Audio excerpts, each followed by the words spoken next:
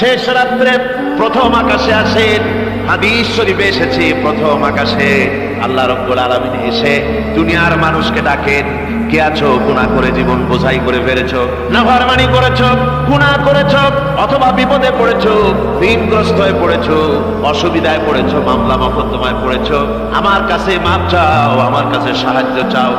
এই সময় যে সমস্ত বান্দারা আরামের ঘুমকে হারাম করে আল্লাহর দরবারে কাঁদতে থাকে, তাহাজ্জুদের নামাজ আদায় করে যখন হাত তুলে কাঁদে, আল্লাহ পাক তখন এই দৃশ্য দেখে ফেরেশতাদের বলেন, ও আমার ফেরেশতারা, আমার ওই বান্দাগুলি কাঁদে কেন? সমস্ত মানুষ যখন ঘুমানো, এই বান্দাগুলি কাঁদে কেন বলো? ফেরেশতারা বলে, আল্লাহ তুমি তো ভালো করে জানো। ফেরেশতারা বলে, আল্লাহ পাক বলবেন, তবুও তোমাদের মুখ থেকে শুনতে চাই। ফেরেশতারা তখন বলবে, রব্বুল আলামিন তোমার বান্দা গুনাহ করেছে, জাহান্নামের ভয়তে তোমার কাছে কাঁদতেছে, তোমার ভয়তে কাঁদে, জাহান্নামের ভয়তে কাঁদে।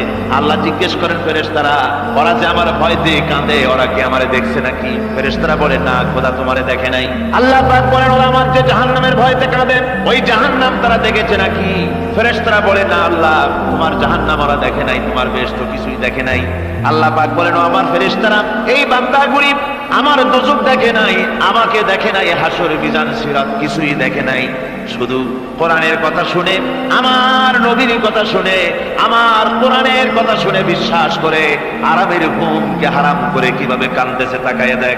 আমার রহমতের দরিয়ায় জোশ মেরে গেছে, তোরা সাক্ষী থেকে যা, আমার ওই ক্রন্দনরত বান্দাগুলিকে আমি আল্লাহ মাফ করে দিলাম।